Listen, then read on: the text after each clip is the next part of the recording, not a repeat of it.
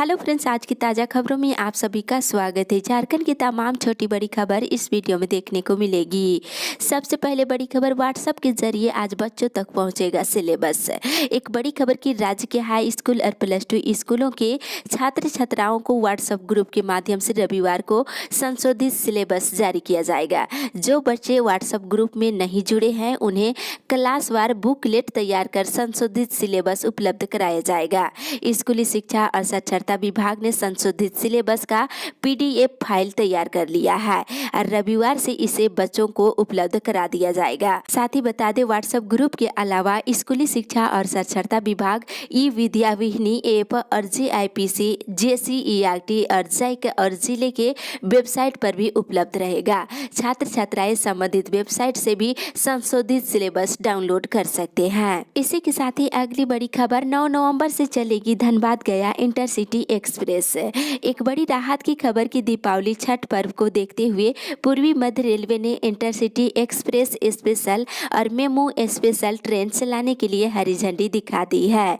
Railway की ओर से हरी झंडी मिलने से आगामी 9 नवंबर से धनबाद गया धनबाद इंटरसिटी एक्सप्रेस स्पेशल और गया किउल गया मेमू पैसेंजर स्पेशल ट्रेनें चलेगी। साथ ही इधर हटिया बापूधाम मोतिहारी स्पेशल ट्रेन आज दिन के 2 बजे हटिया से रवाना होगी। इसके लिए शनिवार को ही टिकट बुकिंग शुरू हुई है। इसी के साथ ही अगली बड़ी खबर, मौसम विभाग से मौसम ने लिया करवट। 12 से 18 डिग्री सेल्सियस तक रहेगा न्यूनतम तापमान। मौसम विभाग ने अगले 2 सप्ताह का पूर्व अनुमान जारी किया है। इसके अनुसार 19 नवंबर तक न्यूनतम तापमान में 2 से 3 डिग्री सेल्सियस गिरावट हो सकती है। न्यूनतम तापमान 12 से 18 डिग्री सेल्सियस के आसपास रह सकता है। इस दौरान मौसम में व्यापक बदलाव की संभावना नहीं है। मौसम पूरी तरह से शुष्क रहेगा। फिलहाल बारिश को लेकर के कोई अनुमान नहीं है। और सबसे अधिक ठंड अभी बोकारो जिले में पड़ रहा है। यहाँ का न्यूनतम तापमान 12.2 डिग्री सेल्सियस रह रहा है। रांची का न्यूनतम तापमान 13.5 डिग्री सेल्सियस, जबकि चाईबासा में न्यूनतम तापमान 14 डिग्री सेल्सियस के आसपास है। और वहीं झारखंड में अगले 3 से 4 दिनों तक तापमान में कोई विशेष बदलाव की संभावना नहीं है। इसी के साथ ही अगली बड़ी खबर, झारखंड कोरोना अपडेट से मिले 340 नए मरीज, 2 और की मौत। झारखंड में पिछले 24 घंटे के दौरान कोरोना के 340 नए मरीज मिले हैं। वहीं 2 और नए संक्रमित मरीजों की मौत हो गई, जिसमें रामगढ़ से 1 और हजारीबाग से 1 मरीजों की मौत हुई है। इसके साथ राज्य में कोरोना से मरने वालों की संख्या बढ़कर के 897 हो गई है। वहीं पिछले 24 घंटे के दौरान बोकारो से 31, चतरा से 3, देवघर से 17, धनबाद से 44, दुमका से 1 और पूर्वी सिंहभूम से 44, गढ़वा से 8, गिरिडीह से 2, गोड्डा से 5, गुमला से 9, हजारीबाग से 6, जामताड़ा, खुट्टी और कोडरमा से 5-5, लातेहार से 10, लोहरदगा से 3, पलामू से 18, रामगढ़ से 7, रांची से 86, साहेबगंज से 6, सरायकेला से 9 और सिमडेगा से 5 और पश्चिमी सिंहभूम जिले से 11 नए मरीज मिले हैं। इसके साथ ही राज्य में कोरोना मरीजों की संख्या बढ़ करके 1,04,239 हो गई है।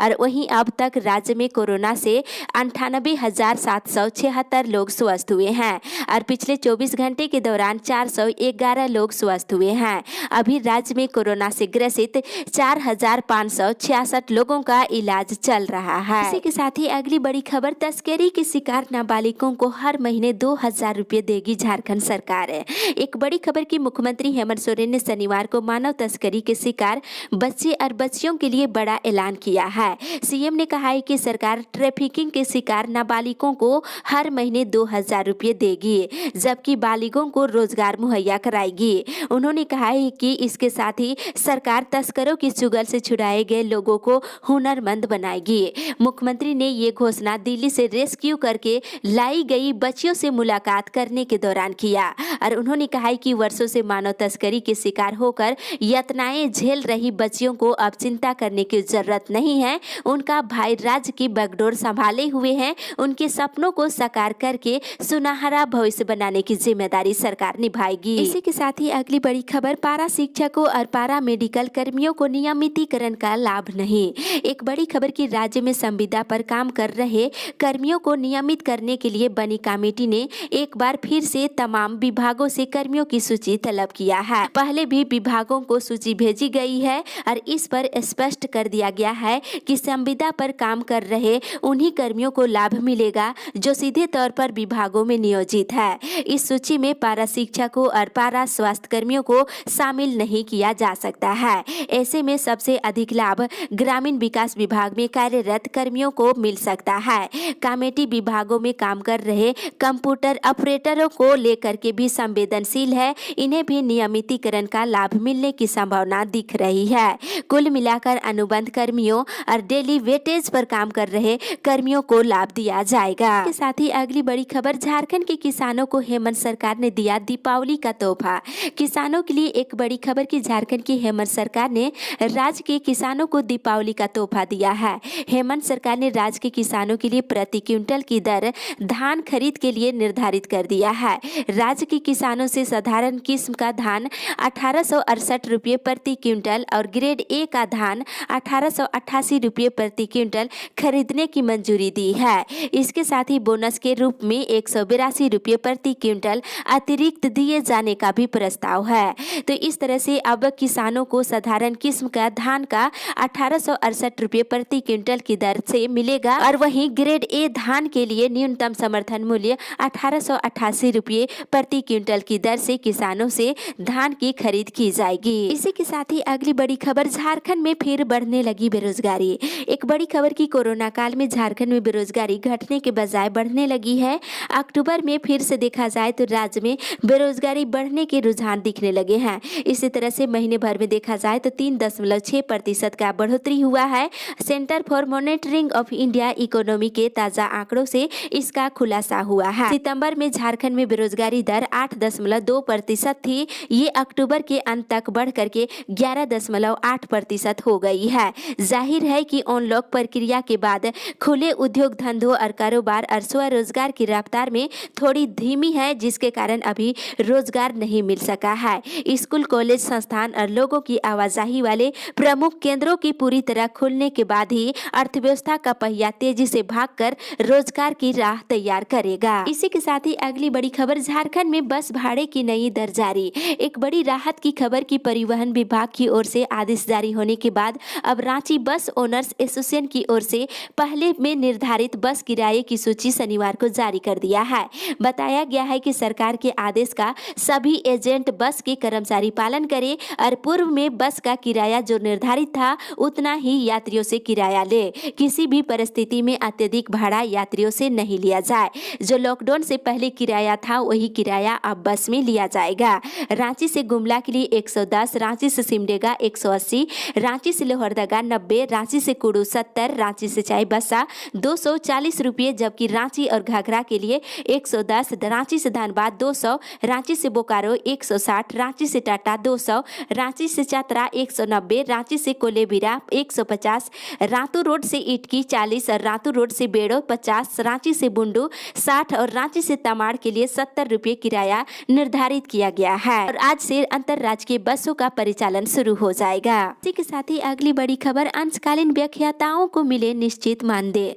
पॉलिटेक्निक में कार्यरत अंशकालीन व्याख्याताओं ने कहा है कि हमें एक निश्चित मासिक मानदेय मिलना चाहिए। वार्षिक इंटरव्यू की प्रक्रिया जो चल रही है इसे तत्काल समाप्त किया जाए। साथ ही उन्होंने कहा है कि सरकार के द्वारा विभिन्न विश्वविद्यालयों के अंशकालीन व्याख्याताओं को सरकार के द्वारा दिए जा रहे मानदेय में भेदभाव हुआ है और ये मांग की गई है कि भविष्य में कभी भी अस्थायी नियुक्ति हो तो अंशकालीन व्याख्याताओं को आरक्षण दिया जाए। इसी के साथ ही अगली बड़ी खबर, आरक्षण रोस्टर के अभाव में हुई गड़बड़ी। एक बड़ी खबर की अनुसूचित जाति जनजाति संगठनों का अखिल भारतीय परिसंघ की प्रेस वार्ता शनिवार को रांची प्रेस क्लब में हुई और पत्रकारों को संबोधित करते हुए परिसंघ के अध्यक्ष ML उरांव ने कहा है कि आरक्षण रोस्टर रजिस्टर के सही रखरखाव के अभाव में सीधी नियुक्ति में गड़बड़ी हो रही है।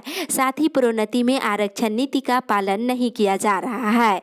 विधानसभा सदस्य दीपक बिरुआ की अध्यक्षता में एक समिति बनाई गई है जो जल्द ही रिपोर्ट जमा करने वाली है। उरांव ने कहा है कि अनुबंध कर्मियों के अस्थायीकरण के लिए भी विकास आयुक्त की अध्यक्षता में उच्च स्तरीय समिति का गठन किया गया है। उन्होंने ये भी कहा है कि एक ओर सरकार अनुबंध कर्मियों को अस्थायीकरण देने की प्रक्रिया में है, वहीं दूसरी ओर अनुबंध पर बहाली भी चालू है। सरकार से मांग किया गया है कि पहले आरक्षण रोस्टर ठीक कराया जाए, इसके बाद ही नियुक्ति प्रक्रिया शुरू किया जाए। इसी के साथ साथ ही अगली बड़ी खबर, हटिया से एलटीटी के बीच 14 से साप्ताहिक फेस्टिवल स्पेशल ट्रेन। यात्रियों के लिए राहत भरी खबर है कि हटिया लोकमान्य तिलक टर्मिनल हटिया के बीच अतिरिक्त फेस्टिवल स्पेशल ट्रेन चलाई जाएगी। हटिया एलटीटी अतिरिक्त फेस्टिवल स्पेशल ट्रेन प्रत्येक शनिवार को 14 से 28 नवंबर तक कुल 3 ट्रिप पर चलेगी।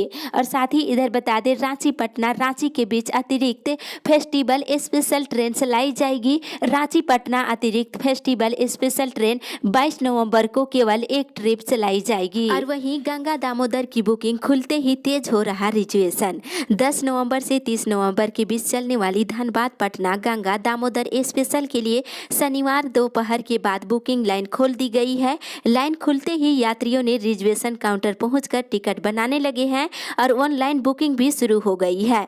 गंगा दामोदर के साथ साथ शनिवार दोपहर से रांची पटना जनशताब्दी एक्सप्रेस की भी बुकिंग शुरू कर दी गई है। इस ट्रेन में अभी पर्याप्त सीट खाली है। साथ ही 8 नवंबर यानी आज से धनबाद होकर चलने वाली हटिया मोतिहारी स्पेशल और 9 नवंबर को गोमो होकर चलने वाली हटिया सहरसा स्पेशल और 11 नवंबर को धनबाद होकर चलने वाली सिकंदरा सीतामढ़ी स्पेशल के लिए भी बुकिंग शुरू हो गई है। इसी के साथ ही अगली बड़ी खबर, मनरेगा कर्मियों को भी ईपीएफ और सामाजिक सुरक्षा का लाभ। एक बड़ी खबर की मनरेगा योजना के तहत संविदा पर कार्यरत पदाधिकारी और कर्मचारियों को सामाजिक सुरक्षा और ईपीएफ की सुविधा दी जाएगी। मुख्यमंत्री हेमंत सोरेन ने इससे संबंधित प्रस्ताव को मंजूरी दे दी है। उन्होंने योजना सह वित्त विभाग की सहमति प्राप्त करने की शर्त पर कार्मिक विभाग की सहमति प्राप्त करने के निर्देश के साथ प्रस्ताव को स्वीकृति दे दी है। ये प्रस्ताव भारत सरकार के दिशा निर्देश और संविदा पर कार्यरत मनरेगा कर्मियों के द्वारा मांग की जा रही थी, इसके आधार पर तैयार किया गया है। कैबिनेट की अगली बैठक में प्रस्ताव पर चर्चा की जाएगी। इसी के साथ ही अगली बड़ी खबर, स्कूल कॉलेज खोलने की मांग। टुंडी विधायक मथुरा प्रसाद महतो ने सीएम को पत्र लिख करके स्कूल कॉलेजों को जनहित में खोलने की अनुशंसा की है। विधायक ने पत्र में कहा है कि कोविड महामारी के दौरान रेलवे समेत अन्य परिवहन और अन्य संस्थान खुल चुके हैं। ऑनलाइन पढ़ाई चल रही है, लेकिन सुदूरवर्ती ग्रामीण क्षेत्रों में ये सुविधाएं पूर्ण रूप से प्राप्त नहीं हो रही है। इस कारण स्कूल खोलने की अनुमति दे। इस दिशा में सरकार को पहल करनी चाहिए। ज्यादा दिन स्कूल बंद होने से बच्चों को परेशानी होगी। इसी के साथ ही अगली बड़ी खबर, एसटी को कुर्मी सूची में शामिल करने की मांग। कुर्मी विकास मोर्चा ने विधानसभा के विशेष सत्र में सरना धर्म कोड के साथ कुर्मी को एसटी सूची में शामिल करने का प्रस्ताव केंद्र सरकार को भेजने की मांग किए हैं। मोर्चा के केंद्रीय अध्यक्ष शीतल ओहदार ने कहा है कि सरकार के द्वारा आदिवासियों के लिए धर्म कोड का प्रस्ताव पारित करने से आदिवासियों की धार्मिक पहचान को मान्यता मिलेगी। इसके साथ ही कुर्मी को एसटी सूची में शामिल करने की भी प्रक्रिया विशेष सत्र में होनी चाहिए, क्योंकि झामुओं शुरू से ही महतो और कुर्मी को एसटी सूची में शामिल करने के पक्षधार रहे हैं। और साथ ही राष्ट्रीय ओबीसी मोर्चा की ओर से शनिवार को मुख्यमंत्री हेमंत सोरेन के नाम मांग पत्र सौंप करके विधानसभा के विशेष सत्र में जाति आधारित जनगणना का प्रस्ताव पास कर केंद्र सरकार को भेजने की भी मांग किए हैं। इसके साथ ही अगली बड़ी खबर, लाभुकों को काम नहीं मिला तो बीपीओ होंगे जिम्मेवार। एक बड़ी खबर की ग्रामीण इलाके के प्रधानमंत्री आवास योजना में लाभुकों को मजदूरी देने का निर्देश दिया गया है। इन्हें कन्वर्जेंस के तहत मजदूरी का भुगतान करना है। इसके लिए भारत सरकार ने मनरेगा सॉफ्ट में आवश्यक संशोधन किया है। रोजगार देने के लिए मास्टर रोल में नया प्रावधान किया गया है। राज्य ग्रामीण विकास विभाग ने लिखा है कि अगर लाभुकों के नाम मास्टर रोल निर्गत नहीं किए गए और उन्हें रोजगार नहीं दिया गया तो इसके लिए सीधे प्रखंड कार्यक्रम पदाधिकारी को जिम्मेवार माना जाएगा। इसी के साथ ही अगली बड़ी खबर, झारखंड में खौफ, सरंडा में अज्ञात बीमारी से 4 लोगों की मौत, 60 बीमारी की चपेट में। एक बड़ी खबर की पश्चिमी सिंहभूम जिले के नोवामुंडी प्रखंड के अंतर्गत दिरुबोर पंचायत के लिपुंगा गांव में अज्ञात बीमारी से 4 लोगों की मौत हो गई। करीब 2000 की आबादी वाले गांव के सभी 7 टोलों को मिलाकर के करीब 60 लोग इस बीमारी की चपेट में हैं। स्वास्थ्य विभाग इस बीमारी से लेकर के बेखबर है और ग्रामीण झाड़ फूक करने में जुट गए हैं। ग्रामीणों ने बताया है कि बड़ा जामदा सामुदायिक स्वास्थ्य केंद्र के प्रभारी चिकित्सा पदाधिकारी डॉक्टर नरेंद्र सुंडी को गांव में सीवर लगाकर इलाज करने के लिए आवेदन दिया गया है, फिर भी स्वास्थ्य कर्मी नहीं गए हैं। और दिरुबोर ग्राम पंचायत के मुखिया तुलसी चपिया ने बीमारी की लिखित सूचना स्वास्थ्य विभाग को दे दी है, पर स्वास्थ्य विभाग के अधिकारी कहते हैं उन्हें कुछ पता ही नहीं है। साथ ही अगली बड़ी खबर, सहायक प्राध्यापक वित्त मंत्री से मिले। रांची विश्वविद्यालय सहायक प्राध्यापक अनुबंध संघ का एक प्रतिनिधिमंडल शनिवार को राज्य के वित्त मंत्री डॉक्टर रामेश्वर उरांव से मिले और संघ ने अनुबंध सहायक प्राध्यापकों को लॉकडाउन अवधि के लिए एक निश्चित मासिक मानदेय देने की मांग की है। इस पर मंत्री ने आश्वासन दिया है कि इस दिशा में राज्य सरकार जल्द ही ठोस पहल करेगी। साथ ही इधर बिरसा कृषि विश्वविद्यालय पेंशनर्स कल्याण संघ के प्रतिनिधिमंडल ने शनिवार को कुलपति से मिलकर लंबित मांगों की ओर ध्यान आकर्षित कराया और प्रतिनिधिमंडल ने 2016 से पहले सेवानिवृत्त शिक्षकों और कर्मचारियों के छठे वेतनमान का बकाया और पेंशन शीघ्र भुगतान करने की मांग किए हैं। साथ ही इधर बीसीसीएल के आईटीआई अप्रेंटिस प्रशिक्षकों ने बीसीसीएल एमडी को शनिवार को ज्ञापन सौंपे और नौकरी के लिए आवेदन की बात कही। कहा है कि 15 नवंबर से पहले प्रशिक्षकों को नियुक्ति नहीं होती है तो कोयला भवन के समक्ष धरना प्रदर्शन करेंगे। साथ ही अगली बड़ी खबर, कार्तिक पूर्णिमा पर नहीं लगेगा रामरेखा मेला। कार्तिक पूर्णिमा के अवसर पर रामरेखा धाम में लगने वाला मेला और छठ पूजा को लेकर शुक्रवार को प्रखंड सभागार में बैठक हुआ और एसडीओ ने सरकार के द्वारा जारी निर्देश के आधार पर रामरेखा मेला नहीं लगाने का निर्देश दिया है। साथ ही उन्होंने कहा है कि कार्तिक पूर्णिमा के मौके पर मंदिर में कोविड-19 के प्रोटोकॉल के तहत पूजा अर्चना की जाए। उन्होंने कहा है कि धाम परिसर में किसी प्रकार के मेले का आयोजन नहीं करने का निर्देश दिया गया है और छठ पूजा आयोजन पर भी चर्चा करते हुए लोगों से सादगी के साथ पूजा आयोजन करने की अपील की गई है। इसी के साथ ही अगली बड़ी खबर, प्रशिक्षण पूरा करने वाले सब इंस्पेक्टर बन सकेंगे थानेदार, आदेश जारी। राज्य में सब इंस्पेक्टर के पद पर सीधे नियुक्त 2043 पुलिसकर्मियों में से प्रशिक्षण पूरा करने वाले थाना प्रभारी बन सकेंगे। इससे संबंधित आदेश शुक्रवार को पुलिस मुख्यालय ने जारी कर दिया है। इस अपडेट में बस इतना ही। आगे की खबर के लिए आप हमारे साथ बने रहें।